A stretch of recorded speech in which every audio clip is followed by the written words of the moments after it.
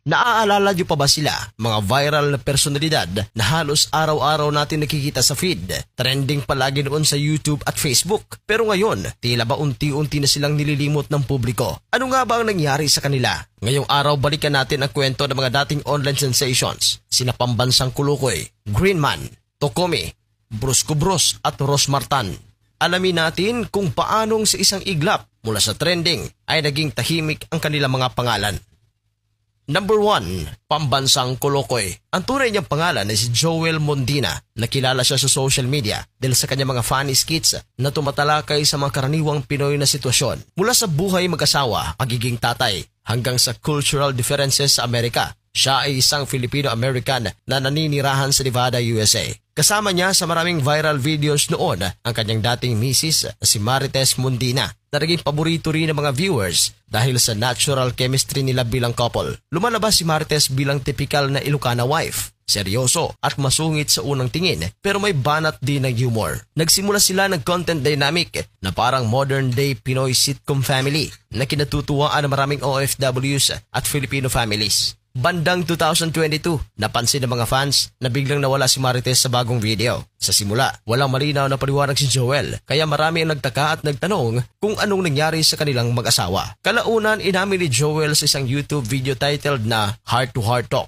na sila ni Marites ay hiwalay na. May ilang fans na nadismaya at unti-unting nawala ang interes. Bukod dito, naging paulit-ulit na rin daw ang content at wala ng bagong twist, kaya nabawasan ang audience engagement. Sa ngayon, mayroong 5.7 million followers, bagamat aktibo pa rin pero hindi na ganoon kasikat gaya ng dati.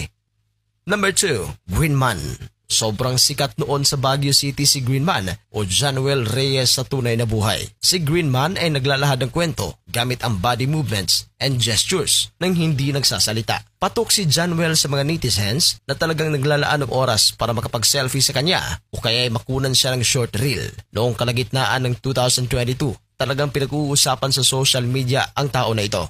Noong una, iba't ibang karakter ang ginagawa ni Januel bilang street mime performer. Ang karakter niya kung minsan ay depende rin sa okasyon, kaya ng Halloween at Christmas season, pero mas nakilala siya sa green costume.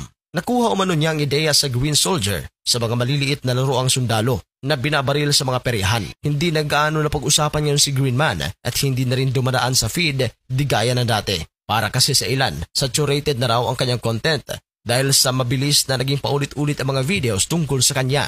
Laging ganoon naman ang tanong, pareho ang sagot. Kaya nawala ng novelty ang karakter niya sa mata ng netizens. Walang masyadong bagong content tungkol kay Greenman. May mga rare appearances siya sa ibang mga vlogs pero hindi na tulad ng dati ang hype. May ilang netizens na nagtatanong kung kumusta na siya. Sinyales na may interest pa rin pero hindi na ganun kalakas.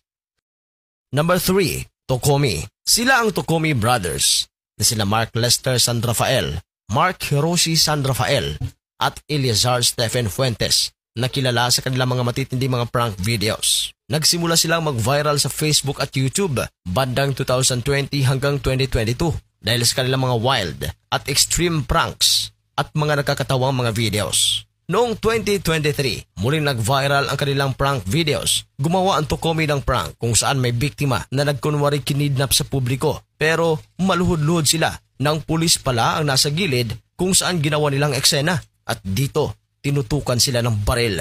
Hindi lang ito ang kanilang prank videos na nauwi sa kasuhan. Isa pa ang kanilang food snatching prank, acid throwing prank o kunwaring may sinabuyan ng asido. Nalaos ang grupo dahil sa naging overexposed at predictable dahil sanay na ang mga tao sa kanilang content. Maraming netizens naman ang nagsimulang magreklamo na ang pranks nila ay sobrang isturbo at minsan ay disrespectful na sa mga bystanders. May mga nagsasabing dapat daw ay may consent o paalam. Isa pa sa dahilan ng kanilang pagkalaos ay dumalang na ang kanilang uploads at may panahon na halos hindi sila nagpo-post ng bagong content. Wala ring malinaw na statement kung bakit sila naghiwa-hiwalay o tumigil lang pansamantala. Number 4, Brusco Bros. Si Jonah Renz Jonah Jacob ang founder at pangunahing personalidad ng Brusco Bros, isang grupong kilala sa kanilang comedy sketches, challenges at vlogs. Iba't ibang mga miyembro ang bumuo sa grupo kasama na sina Jeremy Barrera, Russell Rodolfo, Mark Gary Pagaduan, Glendon Villahin at King Reyes. Bukod pa sa iba pang supporting members tulad din na Merk, Geniel, Koki, Stan at iba pa. Sumikat sila mula 2018 hanggang 2023 ngunit nagkaroon ng isu sa loob ng grupo. Ilang miyembro ang umalis at mayroon umanong personal na bangayan. Bukod dito, naging saturated na rin ang group content format. Nadagdagan pa ng mga bagong creator teams kaya bumaba ang uniqueness nila. Hindi rin masyadong nag-evolve ang content style kaya unti-unting humina ang impact. Gumawa na rin ng sariling content ang ilan sa mga miyembro nito gaya ni na Mark Gray at John Lawrence Jacob. Number 5. Rosmar Tan. Rosmar Tan rose to fame sa TikTok dahil sa kanyang aggressive marketing at overly confident beauty tips. Kilala siya sa kanyang skincare brand, viral motivational lines, and luxury flex. Sumikat din ang kanyang babes sa team. Puro good-looking staff na laging kasama niya sa mga video. Habang lumalaki ang following niya, mas lumaki rin ang kritisismo. Maraming nagsabing mayabang, pa-showbiz, masyadong scripted o walang humility ang kanyang mga video.